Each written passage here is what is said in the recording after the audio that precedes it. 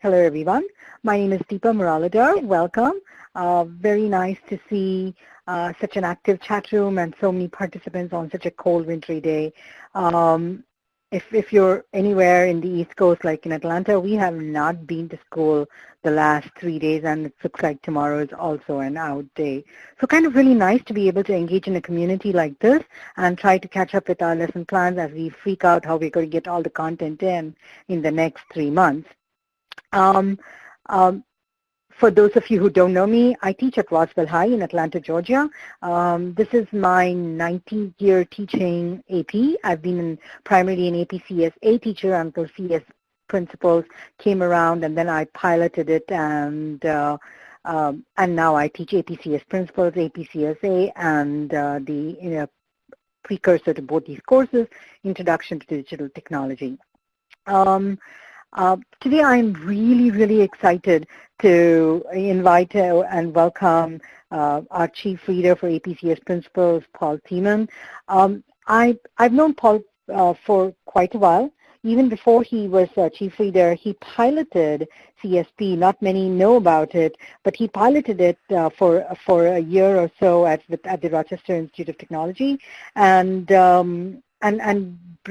brought to the development committee a lot of knowledge and insight on how the course would play itself out and be validated by the higher ed community. Many things of Paul's vision, insight into computer science, the past and the future have really been very insightful for me as I help with the development committee and guides me throughout as I do work like this as an ambassador or as a teacher in the classroom for the kids, or as I hold PD for other teachers. Paul has also, besides being the principal, has been an APCSA Development Committee Chair and member for a very long time. He, to quote him, he has his hands in many pots. He works with SIXI, has been a co-chair. Recently he traveled to London on something to do with the ACM. So a very knowledgeable, widely read, deep insight into computer science education. I'm really excited to invite Paul. I wanted to talk about just to get us an overview on the APCS exam format, just so that we are all on the same page. Though as I look at familiar faces, names on the audience chat, this is no news for most of you, but still wanted to go ahead and present it. So as we all know, the APCS Principles exam has two components. The new and exciting one is the portfolio, the through course assessment, where we have training our students throughout to be able to work on the performance task, the create, and the explore task. So the performance task can constitute only 40%, and the multiple choice consists of 60%. The interesting thing that I have noticed is all of us panic a lot about the performance task, and rightfully so. The two big challenges that most of us feel is how in the world are we going to get our students ready for this while we also teach in the classroom, because this is time away from the class. The multiple choice, even though it's bigger, it's traditional. We are used to it. We are familiar with it. The explore and the create are a little bit out of the norm. So, and even at the reading, the 2017 reading, where I was fortunate enough to work with Paul, the biggest thing we graded and discussed were the performance tasks and the performance tasks rubrics. So one of the big focuses, I'm looking at a question here, the create changed from 24 to 22. Let me Google this while I look again. I thought it was always 22 and 18, or it's 24 and 16. Let me double check, and it could be, and if I am, I apologize, but I will Google and check that as well so that I can correct you right away. But I thought it was 22 and 18, and we can get, okay. All right, Leedy Kilgore, you are sure in the book it's just now? Okay, so I stand corrected. It was my slide. I put it up there. I thought it was 22 and 18, but it's 24% and 16%, and no, nothing has changed from the previous year. So thank you. And thank you for that, Leedy and Orlando. Thank you for bringing that up. Much appreciated.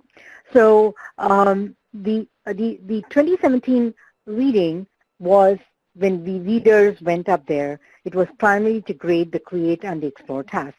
Paul oversees everything, the entire exam delivery, if you will. He oversees the multiple choice, he oversees the performance tasks. But the reading and the execution of that is one of the biggest challenges, because that's the so-called practical piece, right? The multiple choice is Scantron based and everything is computerized. So so that's why I'm looking at also the slides here. The percentage is double the time allowed. Yeah, that's right. So anyways, the tasks are the create task is the programming piece, where students are allowed to program in any language of their choice, and they produce a video, a PDF, and they write responses. The explore is on the computing innovation, and the explore task requires two deliverables. One is the response to prompts, and one is the innovative digital artifact, which is either a PDF of some sort, an infographic, an image, a PowerPoint, or a video of some sort, an MP4. And it could be even a music as well. So these are the two pieces that are delivered. Very specifically for today evening, some of the things that we need to focus and focus today are the create task, the rubrics. As of 2017, after the reading, we had the create task rubric has been changed, and we are going to, at this point, I am just going to check on this to see if Paul has been able to come back online. Paul, are you back online, sir? I think so. All right, welcome. So if you want to just say a few words before we can start the questions. Well, what I was trying to say before is I'm happy to be here, and thanks for the kind introduction. And given the fact we had technical difficulties, why don't we get right into the questions? Great, yes. So again, thank you for being here, Paul. So the first question that I was thinking of is the June 2017 reading. Obviously, that was our first one. We were, all of us were watching to see how the students would have done with bated breath. And I'm sure, for many of us here, it was very exciting because it was many of our years and years of hard work come to fruition. Could you talk to us about some of the key things that came out of this, lessons learned, things that maybe we should be paying attention to? Well, I think the first thing I want to say is I think what the reading showed us is that the exam works and the course is working, and that you all are doing an absolutely wonderful job attracting a broad range of students and introducing them to computing and getting them excited about computing. And that really came through in a lot of the responses and the materials that we read. So, although I consider the reading a success, the only reason it really was a success is because of all the hard work of the teachers that were out there. As far as lessons learned that I can think of from that first reading kind of going forward, if I think about the explore task, one of the things that I might encourage teachers to do is, maybe just make sure that your students pick, first of all, make sure they pick computing innovations. There was some confusion over what a computing innovation is. And then the other thing is have them pick things that, you can easily answer the questions that are asked in the written response portion of the performance task.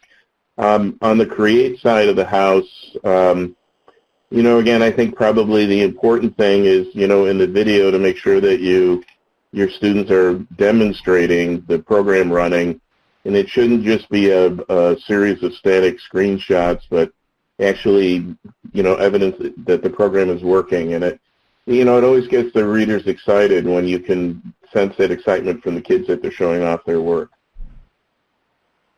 That's true. That is true, right? In many ways, it was a way for us teachers to be able to say, look what we teach in the classroom. Absolutely. Jumping right into the rubrics, which is what I was talking about, one of the things that was a big conversation at the reading and a lot of conversation among us teachers throughout the summer PDs that happened after the reading is that the create performance tasks went through changes via the rubrics. Could you talk to us about it? Well, sure. I mean, the first thing I wanted to make sure that people understood is why it went through those rubric, why the rubric went through the revisions, and I actually think it's very important. At the reading, several of the readers, raised issues that we had with the rubrics. They were concerned about them, and the College Board staff that heard the concerns decided to actually act at that point in time, and during the reading, they actually convened a number of focus groups, and they talked to teachers, they collected information, and as a result of all of that, the decision was made to revise the rubric. And the biggest change that happened to the rubric, if you take a look at it, is it's gone to what we call a binary rubric, where if you take a look at the rows, I think there's 7 rows in the create. Each one of the rows is basically a yes or a no answer at this particular point in time. But the reason for that particular change was actually input from the community, and the College Board heard that input and made those changes. The other thing that I wanted to make sure people understood about the rubrics is changing the rubrics is not a trivial task. Since the rubrics are actually published ahead of time, unlike, for example, the CSA exam, you don't see the rubric really until after the reading, but for CSP, the rubrics are made available ahead of time. So one of the things that we need to make sure that when we make a change to the rubric is that the rubric actually works. So the College Board, in addition to collecting the information and working with me and the development committee for CSP to create new rubrics, we actually had to pilot those rubrics, and we did that over the summer to make sure they would work. And one of the things that the College Board pays very close attention to, and I think it's an important thing, is a measure that they refer to as interreader reliability. And basically what that statistic is the idea is basically simple, that if we have 2 readers read the same response, they should give it the exact same score. And the College Board, I can't remember the number off the top of my head, so I'm not going to quote a number, but it's fairly high. One of the things that they use when they're testing a new rubric is they make sure that reader reliability is high. So, a lot of people may look at the rubric changes and think that perhaps the reason for the changes was to speed up the reading or things along those lines. It wasn't really the case.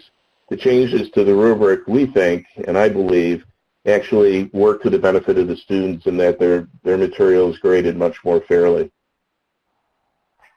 I think I would attest to that, Paul, given that when I did the Explore binary, I felt I was able to state, like as I was training other readers, I felt I was able to justify my position much more strongly, because when you did binary, we did 2 things.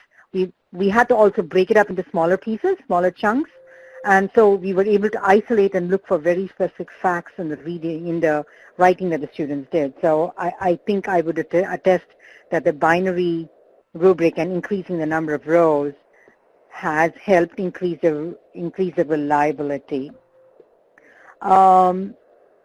Okay, there is one question. Actually, there are 2 questions which I think I would like to go ahead and take.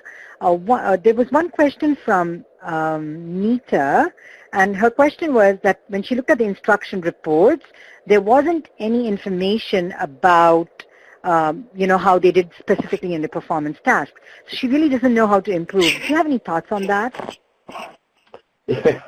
You're not going to like my answer. One of the things that I don't see are those instruction reports that I know the teachers get.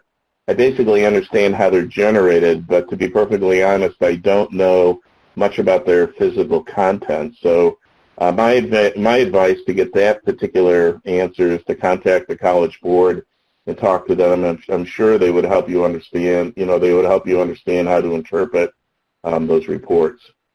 I apologize. I don't know how they're, I don't know much about those particular reports other than they're generated. Okay. And Nita, I'm also hearing you say you feel very clueless. I would just say try and look at as many samples on the CollegeBoard site and see how your students perform against those. And that may be your best bet to get them closer towards it. And give yourself some time. It is a new course. And give yourself some time. Don't be too hard on yourself. So the explore task, switching gears a bit here. One of the biggest questions that I have seen that get asked in PDs, Paul, as well as a lot of conversation that's generated, is the task direction. There is an instruction 2B, which talks about describe your development process, explicitly identifying the computing tools and techniques that you've used to create your artifact. Your description must be detailed enough so that a person unfamiliar with these tools and techniques will understand your process. This is not there in the rubric. Could you talk to us on how we can guide our students on this one? Well, I mean, as far as what the student should do is exactly what the question asks, but typically the question that I get on this is, why is it there? If it's not getting any points, if it's not on the rubric, why should I bother having my students do it?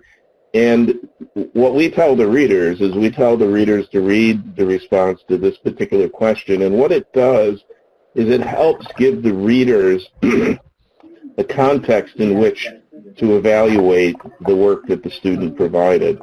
So while it's not directly, doesn't directly provide points, so to speak, at the end, what it does do is it helps the readers understand the context and the environment in which that particular submission was done. Takes off and goes and doesn't even look behind. Okay.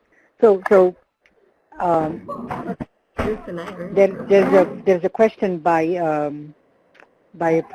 one of the audience members also saying, I think Huff, I understand that 2B for Explore is not going to be scored by this year, but students should still complete 2B, correct? And I think the answer is yes. Yes, absolutely, for the reasons that I just gave. Right, that makes sense. The other question I have is there is this in the links pod, there is the chief readers report.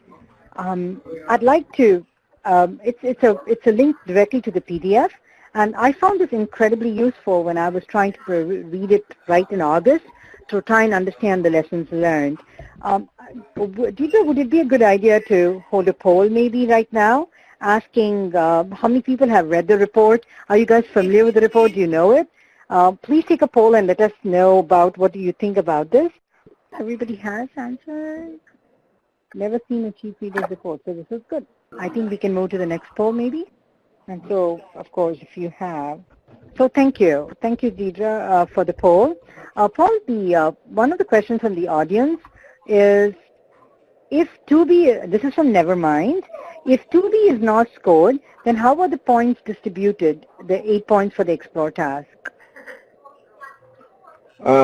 What I'm trying to remember, and I should have looked this up before I got on the call, is there is a weight that's associated with each of the rows, and what I don't remember off the top of my head is what those weights actually are. So, unfortunately, again, it's a question I'm probably not going to be able to answer. It's close to 1-to-1, because one of the things that you will notice as you take a look at the rubric, for example, I believe there's 3 rows that apply to the algorithm. That's rows 4, 5, and 6. And then again, if you take a look at the abstraction, there's 2 rows that are applied to that. So that gives you kind of an idea of the weighting of those, of those particular concepts in terms of the rubric. And then someone has, Nicole has posted the weights for all the 8 criteria. that can answer it. So thank you, Paul. I think this clarifies a lot of these questions here. Then there's a lot of conversation in the chat room, but I think most of them are answering it. Okay, this came up in the chat room as well. There were templates last year that we used. This year, the templates have caused even more confusion. Do you know what I'm talking about, Paul, or I can elaborate? I'm not sure how much you're involved in this piece as well, but would you recommend that we use this template? I would recommend that you use the templates. I mean, one of the things that we tell the readers to do is, when they're looking to score a particular row in the rubric, it doesn't matter where the evidence that the student, what they're doing is they're looking through the response to find evidence that supports a particular row in the rubric. Ideally what we'd like to be able to do is, find, the evidence for each of these particular rubric rows in a particular spot. And that's basically what the idea behind the templates are, so that, for most of the things that are submitted, the readers kind of know where to look to find, the answers that provide evidence as to whether or not the students have, have met the requirements of that particular row. So I would recommend using the templates because it makes it easier for the readers. But, if you don't use the templates, I don't want you to think that your students are necessarily going to be at a disadvantage. It might make it a little bit more difficult for the reader, but, again, what they will do is look through the response to find the evidence that they need for each one of the rubric rows that they have to evaluate. So the short answer is yes, I would use the templates if you can. If you don't, it's not the end of the world. But, as I said, it would be best to use templates. Excellent. Thank you so much. I personally, as a teacher, that was one of the most valuable answers for me as I go into the semester. So Nancy, it says Nancy too asks, the Create template now has screen captures of code segments. Is it still necessary to use ovals and rectangles in the code submission? What I would suggest that you do, and I don't have it in front of me, is double check the task instructions.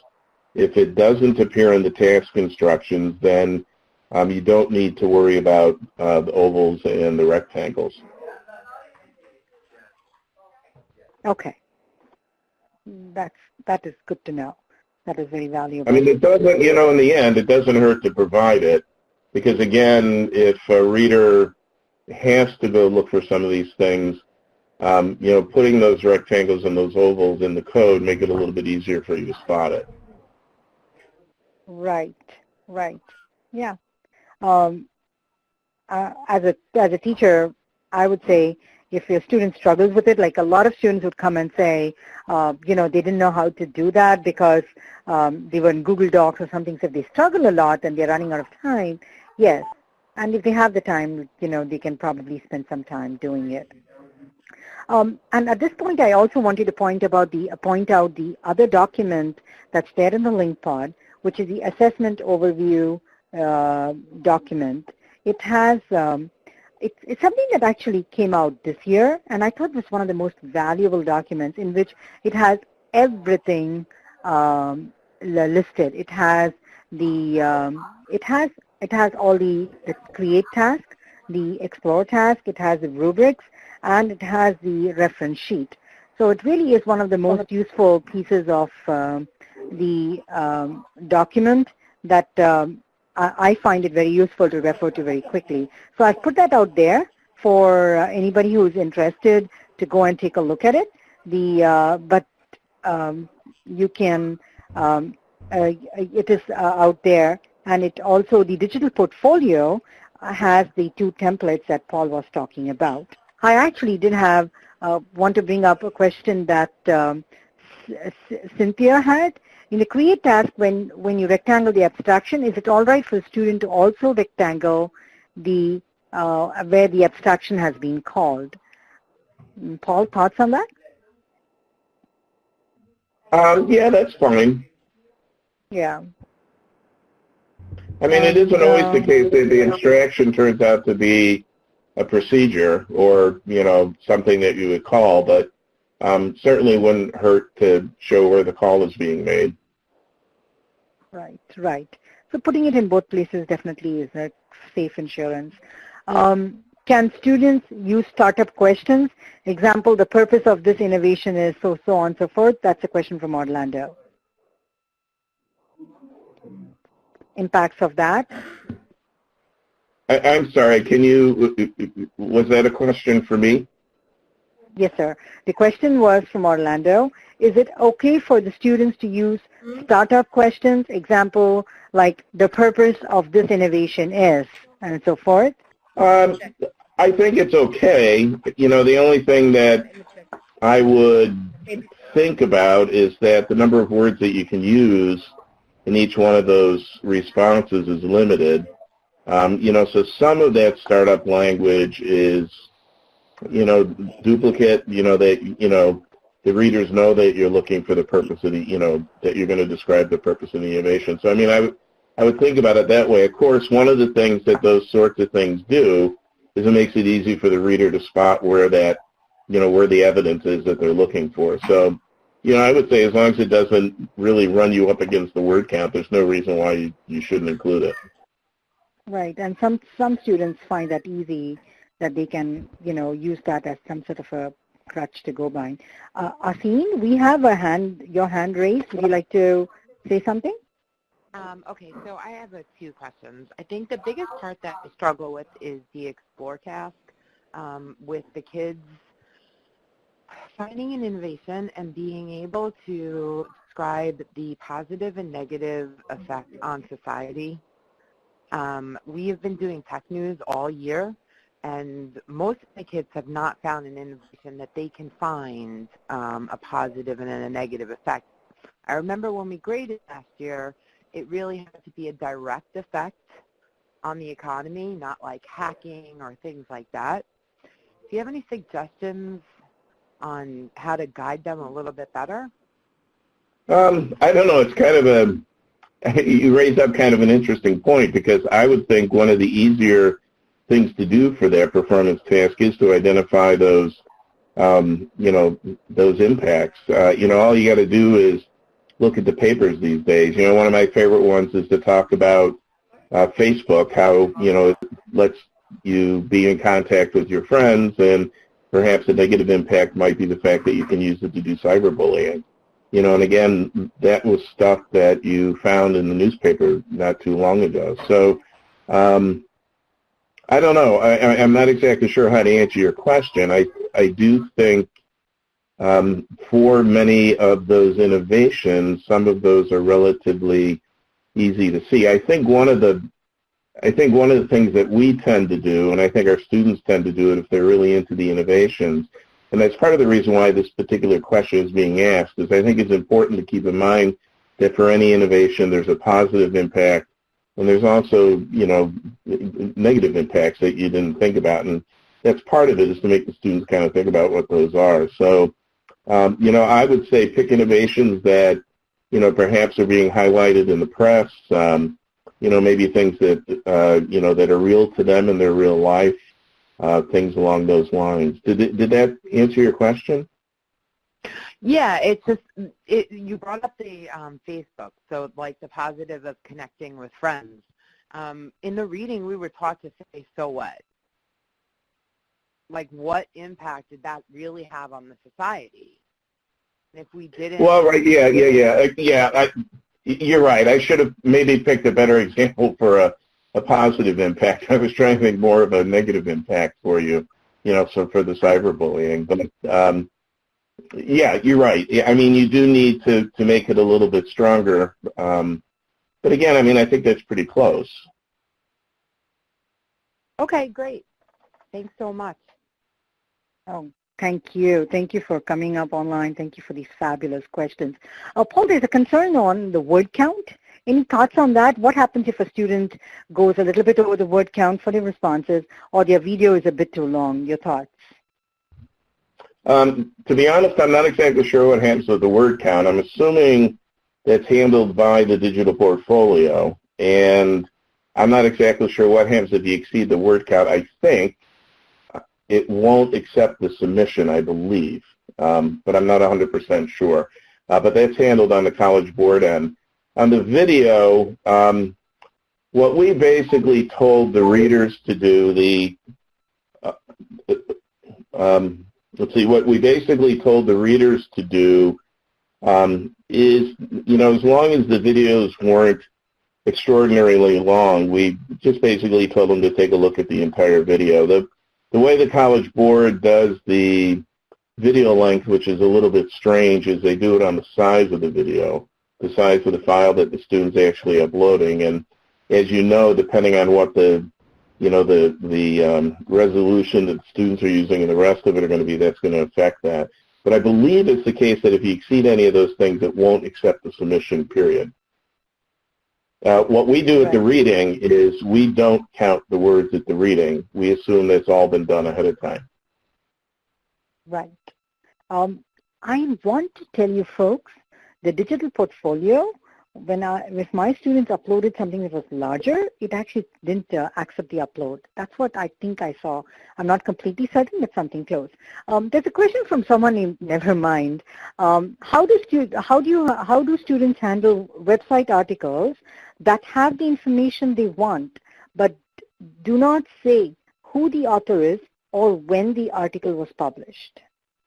I mean, I think what I would suggest that you do in that particular case is maybe look for another reference that would support that you could include in your performance task.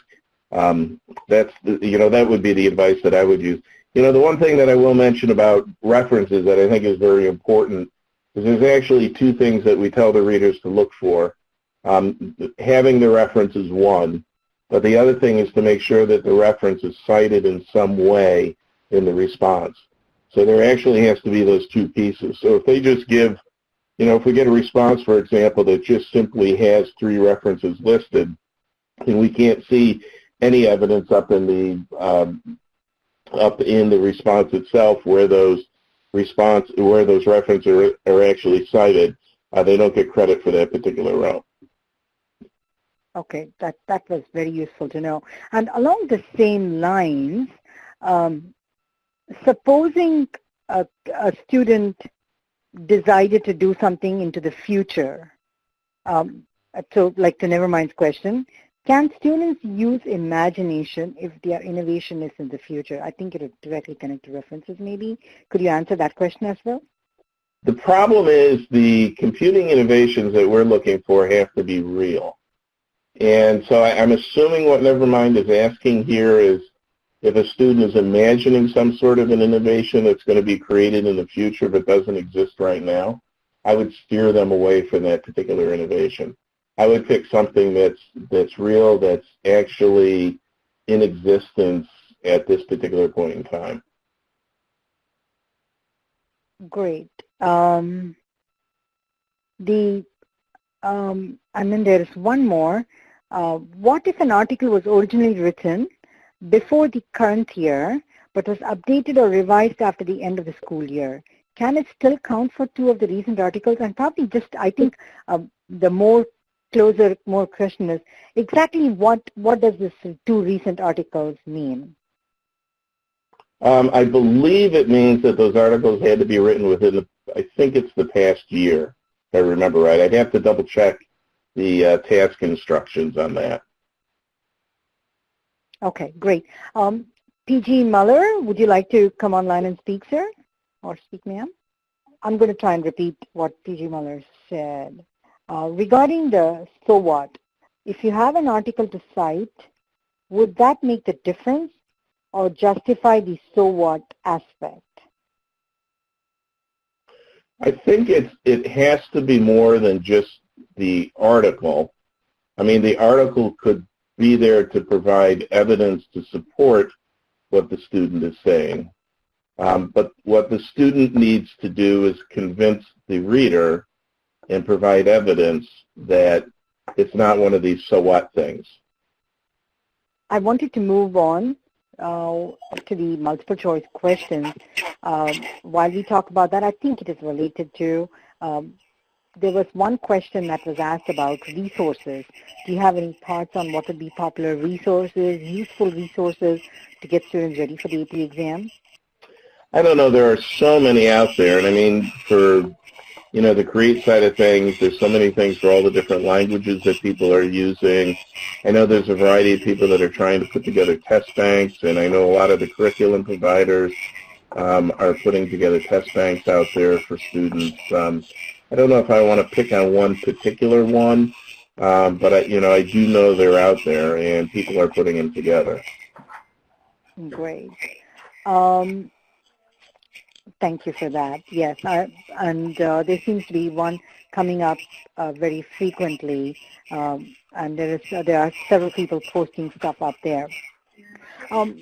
So the multiple choice questions, any thoughts on preparation for students, how teachers can prepare students, where teachers can try and what kind of topics should they focus on around the 7 big ideas? Are they very specific learning objectives, computation thinking practices? Could you highlight information on that? Well, and I was thinking hard about this particular question when you sent it to me.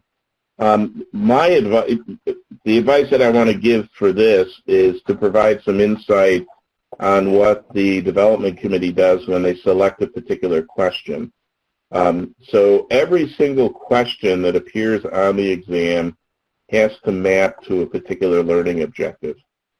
So, the best way to find the topics and the things that the students are going to be tested on is to pull out the curriculum framework and to take a look at the learning objectives and to make sure that, you've covered those in your class. The other thing that you can do is, I can't remember the document off the top of my head that the College Board produces, but I do know there's a description of the exam in terms of the number of questions and the various topics that you can look at if you're looking to try to decide which particular topics to focus on. But my advice would just simply be to sit down, take a look at the curriculum framework, and focus on those learning objectives. And that's where the multiple choice questions are going to. They don't come from that, but basically in order for a question to appear on the test, it has to map to one of those learning objectives. That is incredibly helpful, Paul. As teachers, I know that even when we are trying to teach a topic, whether it's in our lesson plan or sometimes we're required to write it on the whiteboard, and more so it's getting more and more tricky these days with the accountability for teachers. It's the learning objectives that we focus on to try and teach. And if that is also the same place where the questions are coming from, I think the teacher's life may have gone slightly easier. So thank you for sharing that. There was a question about the reading, about training the remote readers. Could you talk to us a little bit about the reading that, how do you select readers? How do you invite readers? How we have this outstanding 97 participants. I'm sure many of them would benefit from the reading and would love to read, and you would have a lot of, I'm sure you would gain from their support as well as readers. Would you like to tell us more about the reading, the remote, the distributed option, as well as what you look for in a reader? Well, sure. I mean, as far as, I would encourage everyone, obviously because I'm looking for readers, but I would encourage everybody who's on this call, if you haven't done it, to apply to be a reader. You do that on the ETS site. Basically what I look for in adding readers to the reading pool is you need to be teaching a CSP course, okay, and you need to be a faculty member. If you meet those requirements, you can enter the pool. And there's some other questions that are asked as well, but those are the big ones. I look for someone who's actively teaching CSP and who's a full-time teacher. That's basically the requirements. As far as the reading itself, the College Board is starting to move the readings from the face-to-face models that have been used for so long to a virtual model. And the reason they're doing that is primarily because of capacity. The problem is they've reached capacity at the various reading sites, and they don't have the time, for example, to add a third week to do more face-to-face because they've got to turn the scores around and get them back to the kids in time. So the virtual option is one of that. This particular year, our reading is going to be hybrid, and what that hybrid means is that there will be some readers that are on site, and there'll be some readers that are remote. The way that I selected who was invited to be a remote reader versus a face-to-face reader is basically the new readers were the ones that I invited to do the face-to-face option, and I felt that way they could come in and probably get slightly higher fidelity training in that, you know, you've got access to people physically during the reading. I think another question you asked, Deepa, is how is the training going to work? Basically, what we're going to have is a series of probably narrated PowerPoints to step people through the rubrics. And for people who have read before, what you probably remember is that there's a series of sample questions out there that are designed to train you to get you to the point, you know, where you actually have the rubric kind of internalized and you're ready to start scoring. Did I answer everything you asked? I know there's a whole laundry list of things that you asked, and I can't remember whether. I think so. I think pretty much you covered the gist. There was essentially, if someone wanted to be a reader, how they could be. I think that was answered. What is this whole idea of distributed, the purpose behind it? And if someone became a distributed reader, would they have enough training to make that happen? I think all of those got answered. And it was, I was just listening to you. Yeah, I'm also looking at the chat window. There were a couple other questions in there. There's a question here about waiving the 3 years experience, and that is correct. At this particular point in time, we're just looking that you're an active teacher. That will at some point kick in, but we want to make sure that we have enough readers. And then the other thing I'm seeing up there as well is a lot of people have asked questions about if you can read for multiple exams. And right now, it's probably CollegeBoard who's made the rule, but ETS is the one that enforces it. You can only be in one reading pool. So you can only read for one exam. So if you're an A reader, for example, and you want to read for CSP, what you have to do is you have to request to be removed from the A pool. And then once that's done, you can apply to become a CSP reader. And, we've talked to them about that, if there's a way to make that easier. I don't know where they are on that, but right now that is the rule. And part of the reason for the rule is they worry about fatigue, in the sense that, reading for a week and, reading a couple thousand responses is pretty tiring. And I think they worry about, someone doing that for maybe more than a week and, wondering how that would affect the scoring. And then also, if I'm seeing AP CSP, it doesn't matter what the topic is, you can only be in one reading pool. And there was a question about interacting with the table leaders. Yeah, it'll be just like what you're doing now. The table leaders, all the leadership for the reading will be on site, and basically you will have a table, I guess a virtual table leader to call it, and there'll be chat windows that are available. You'll also be able to reach them on the phone.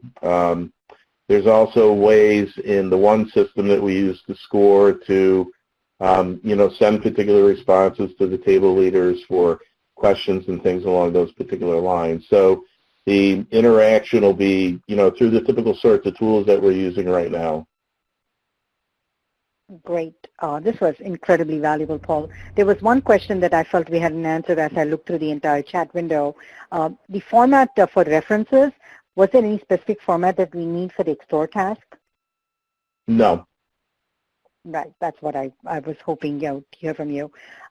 This has been an incredibly valuable webinar. We will have a recording of this. First, Paul, thank you. Thank you for your time. By no means was this an easy webinar. There were questions constantly and all kinds of them. There are still questions coming up on the chat window. So thank you for your patience and thank you for really helping us answer so many questions. Obviously, without this webinar, there were so many teachers who did not know answers to many of these things. And that being said, I cannot extend enough of my thanks to AIR and the community of practice, Melissa Raspberry, Deirdre, and Joseph Wilson. If it were not for their diligence, their effort, and their consistent demand for high quality, both in terms of content, presenters, and webinars, we would not be able to get this level of participation or this quality of webinar. So thank you so much. If computer science education is thriving and growing every day with CS for All, we definitely owe Melissa, Deirdre, and Joey a big thank you. That being said, Melissa, the floor is yours. Thanks so much, Deepa, and we apologize for the technical difficulties that we had tonight, but as someone mentioned, you gotta love technology. It's just when you don't want them to happen, when they will.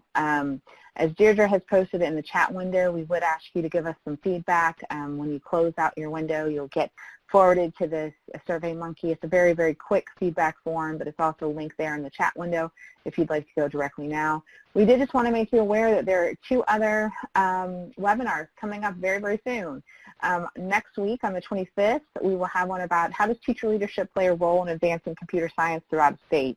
We'll have representatives from Arkansas, Virginia, and Alabama talking about what they've done in their state and how teachers have played a role in advancing CS education efforts. And then on Tuesday the 30th, Nicole Reitz-Larson, who was here with us tonight, another one of our community ambassadors, is going to be leading this webinar about exploring computer science in Scratch and how to get your students computationally thinking. If you are not a member of the CS for All Teachers community, we encourage you to join. We offer great webinars like this all the time. And definitely bookmark the page that I've just put there in the chat window. It's our calendar of events that we update regularly. And we hope that you will be joining us at a webinar again in the future. Again, these are just a couple coming in a few weeks, but we've got lots of others that are in the works. And we hope that you'll stay connected. So thanks, everyone. Stay safe and warm out there, and we look forward to seeing you soon.